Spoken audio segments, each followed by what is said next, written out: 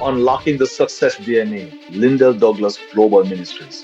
He is a financial planner for over 20 years. He also has a bestseller book on Amazon. It's called Five Steps to Financial Freedom. It's a biblical guide. Success is already coded in our DNA. We just need to unlock it.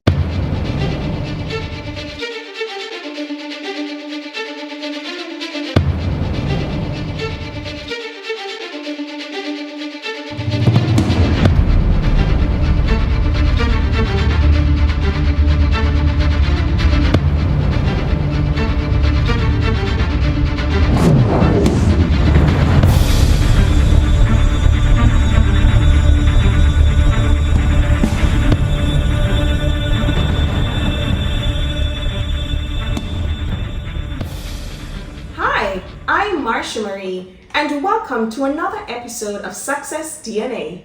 My guest today is Jordan Dawson, the Managing Director of Dawson Trading Company Limited. Welcome. Thank you for having me. Now, Jordan, tell me a little bit about who is Jordan? I would say a fairly regular person. Honesty and integrity is up there. I'd say naturally I'm fairly organized. Yeah.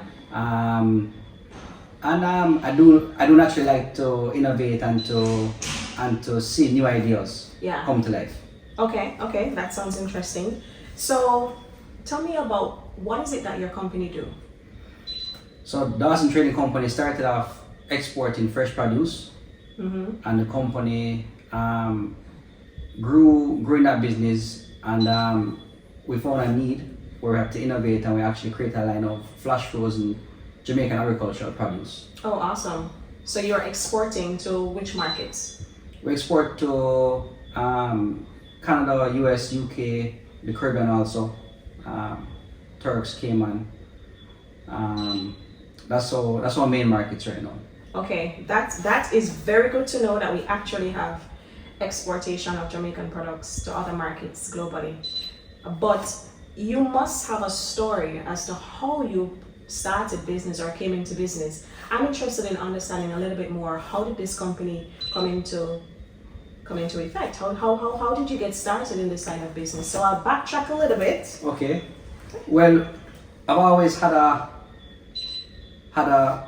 love for agricultural produce and quality of agricultural produce, but when it came to the business, it kind of fell into place. It didn't start off as something intentional. Yeah. I did architecture in school, architectural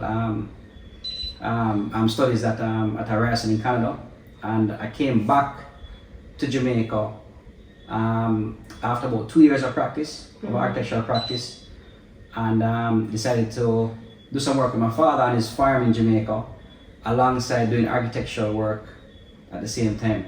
So farming wasn't even in your stratosphere. You studied architecture. Right. So you just buck up. Buck up farming. So I came back and I was working with Dad, and I saw where there was a need, and I saw where there was opportunity in the agricultural sector to build a business. You know, that is important, the need and the opportunity. Because I guess that's where a lot of folks who are interested in entrepreneurship, what would you say what was critical for you to start your entrepreneurship journey? Was it just the need and the opportunity? Was there anything else that influenced you going into business? Well, people say I'm very stubborn, but I don't believe them.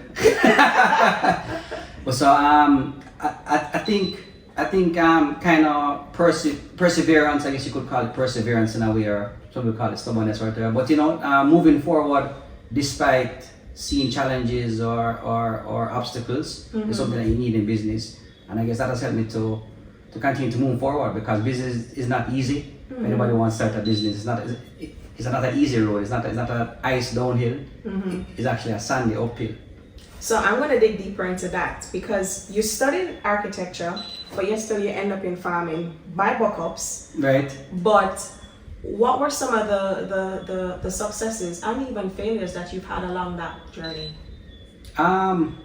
Successes, we were able to constantly grow the business, and I'm actually able to create Jamaica's we're Dawson Trading Company is now one of the only two exporters allowed to ship mangoes to the US. We're actually one of the largest exporters in Jamaica of mangoes, which is our first product that we started shipping.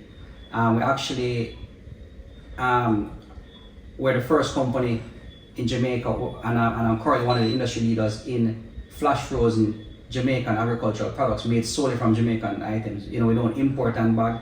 Everything is made from locally produced Jamaican Right items. here in Jamaica. Right here in Jamaica alone. That's what the brand Easy Pickings stands for and stands behind. So those are the successes. Failures, surely we made tons and tons of mistakes. Tons of mistakes coming up. I would say not appreciating time is a big mistake. When I started the business, you don't appreciate how fast time moves. Yeah. Time is a very very valuable resource. Some would say more valuable than money or whatever. Time is something you can't get back. Yeah. So I would say time is something we've made some mistakes around, which ties into the way you kind of manage your business. Like I'm very hands-on. I'm a perfectionist also. I like to see things done the way it should be done, and that has caused me to develop a very hands-on approach to other aspects of the business. But as you grow and you learn, you can't manage everything. Yeah. You have to be able to offset responsibility and tasks outside yourself, and your ability now becomes to create the systems or create the team to manage those tasks to the perfection that you want, or to something close to that perfection. So essentially you're stressing the importance of having a proper system and processes in place You have push to. that business along. There's no way to grow without it. So Dawson, I'm interested in understanding, when you started business, did you achieve success right away, or that was a process for you? Success is relative. I still don't think I reached anywhere in my business, to be honest. But seeing the growth of the business, seeing the growth of myself, does give me enjoyment or happiness. So as I go along the journey and I see where I change, where I do something differently now, as what I would have done when I was younger, you kind of see yourself growing and changing and starting to adapt different ideologies, different processes, different thoughts. So you have to be agile, essentially, You have to be agile. You have to be willing to learn and adapt and grow. grow and innovate. Yeah. That is critical. Yes. Because not a lot of people are that flexible and have that agility to them, and even their business to be able to flex and scale depending on the challenges.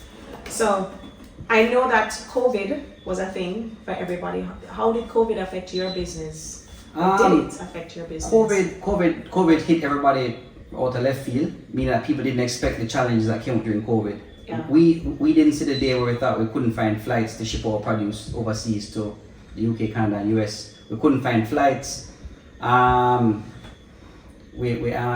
Because we're sourcing everything locally, Yeah. our supply chain wasn't affected by shipping, which is good because we source all our raw materials from Jamaica. So our supply of raw materials wasn't affected as much as other people. But sales in export dropped, so I had to pivot and switch to more retail. For the frozen line, when we developed the frozen line, 2020 was actually the first year that we were supposed to launch a frozen line, and we're planning to launch to hotels and more B2B, and hotels were down during COVID. Yeah. So I had to actually focus on retail to start our frozen product line.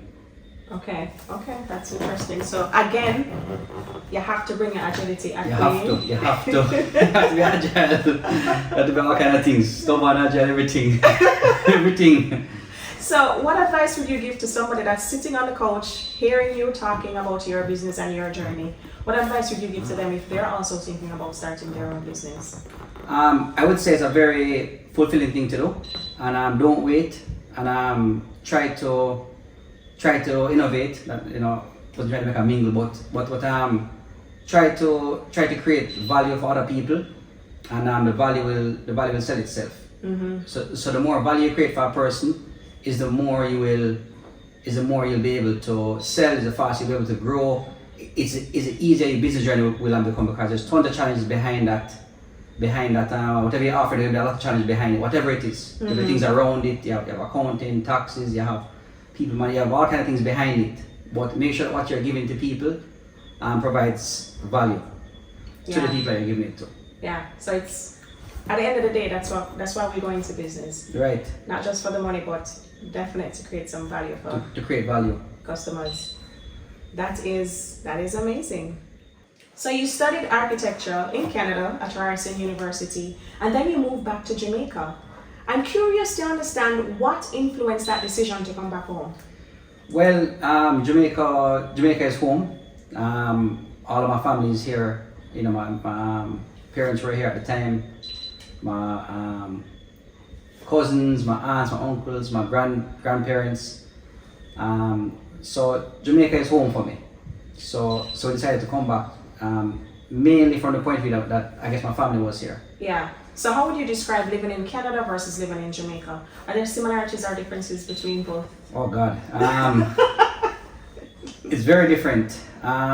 Efficiency level in a first world country is extremely different than operating in a third world country or in Jamaica. Mm-hmm. Efficiency is one of those main things, and ability to get things done. Yeah. There's a lot less friction in Canada to move and achieve things. Okay. Yeah. So definitely efficiency, ease of doing business.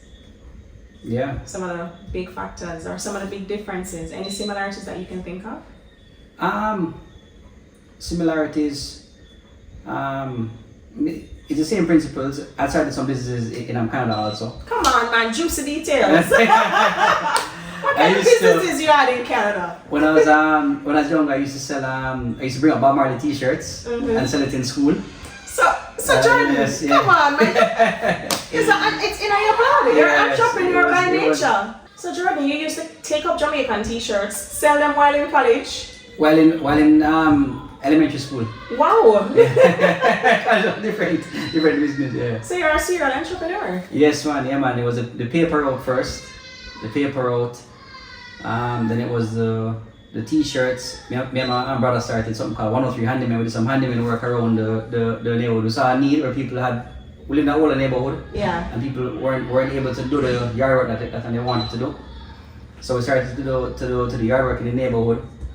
While I work in jobs in architecture. So yeah, I guess so. I guess I'm a serial entrepreneur, yes. So from architecture student to now business owner, do you have any regrets? Definitely not. It's been a very fulfilling journey.